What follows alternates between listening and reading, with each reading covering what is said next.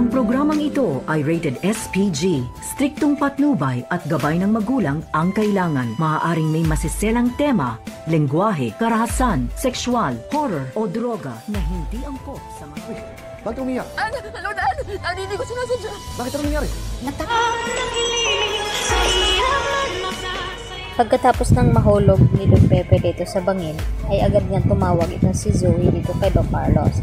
At dito nga nagtaka itong si Carlos na kung bakit umiiyak itong si Zoe. At dito nga na sinabi ni Zoe na hindi daw niya sinadya na maitulak itong si Don Pepe sa bangin.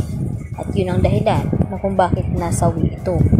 At dito naman nag-alala ng husto itong si Carlos sa kanyang anak na si Zoe. At pinayuhan niya itong si Zoe sa dapat niyang gawin. Dapat palalabasin daw nila na si Moira ang gumawa nito. Nang sa ganon, maabsuelto itong si Zoe at hindi makukulong. Dahil ang may kasalanan naman talaga ng nangyaring kidnapping ay walang iba kundi itong si Moira. Kaya sinabi ni Don Carlos dito sa kanyang anak na kinakailangan na gawin ni Zoe na ilaglag ang kanyang ina. At sabihin na hindi siya ang gumawa nito at itong si Moira ang gumawa ng krimen. Samantala, todo iyak naman itong si Giselle nang makita ang tungkod ng ama na nakuha nga ng mga pulis dito sa pinagtaguan ni Balahadja kay Don Pepe. At sa kasamaang palad ay hindi nga nila naabutan itong si Moira at itong si Balahadja doon dahil dali-dali nga itong nakatakas nang makita ni Balahadja ang mga pulis na sumugod nga sa kanila.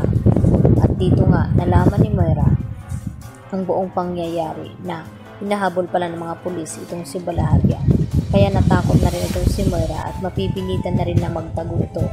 Lalo pat nalaman ni Moira dito kay Zoe na wala na nga itong si Don Pepe dahil naitulak nga ni Zoe dito sa may tulay kung saan nahuli niya ito na tinatawagan itong si RJ at itong si Giselle at sinasabi ni Don Pepe nang nagpakidnap sa kanya ay itong si Zoe at itong si Moira.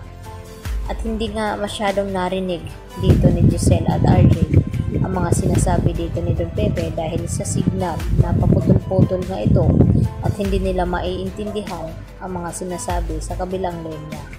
Samantala, dahil sa nagpunta itong si Annalyn doon sa operation ng mga pulis ay sa dito pa lang sa dinadaanan ay manakita na silang mga tao roon na marami at dito na tinanong ni Annalyn kung ano daw ang nangyari at dito naman na sinabi ng matanda na may nakita nga daw nahulog sa tulay at ito na nga nilapitan ni Annalyn at laking gulat nito na si Don Pepe ang kanyang nakita ng kanyang dulo at dito naman na tinanong ni Annalyn kung buhay pa ito subalit ang sinabi ng lalaki na hindi daw siya sigurado kung buhay patay na ba daw ito dahil sa lalim ng pinaghulugan nito ay malabo na nga mabuhay ito. Kaya dito agad na tinawagan ni Annalyn itong si Giselle at RJ na natagpuan na nga niya itong si Don Pepe at kinakailangan nila agad madala sa Apex Hospital nang sa ganun ay magamot agad itong si Don Pepe.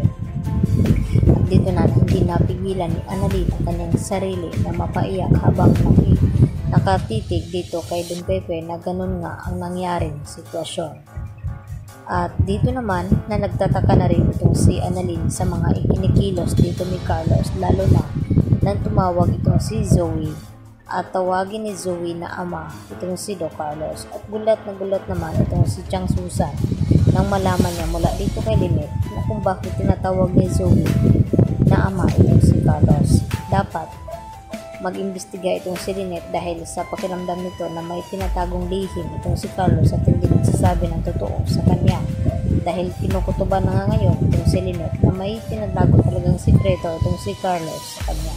Kaya yan naman ang ating patuloy na pakaabangan mga puso kung ano magiging kahinatnan dito sa ginawa ni Zoe na malaking krimen sa ulo ni Annalyn. Yan lang po at maraming salamat sa inyong panonood dito sa aking YouTube channel. Hanggang sa muli, bye-bye!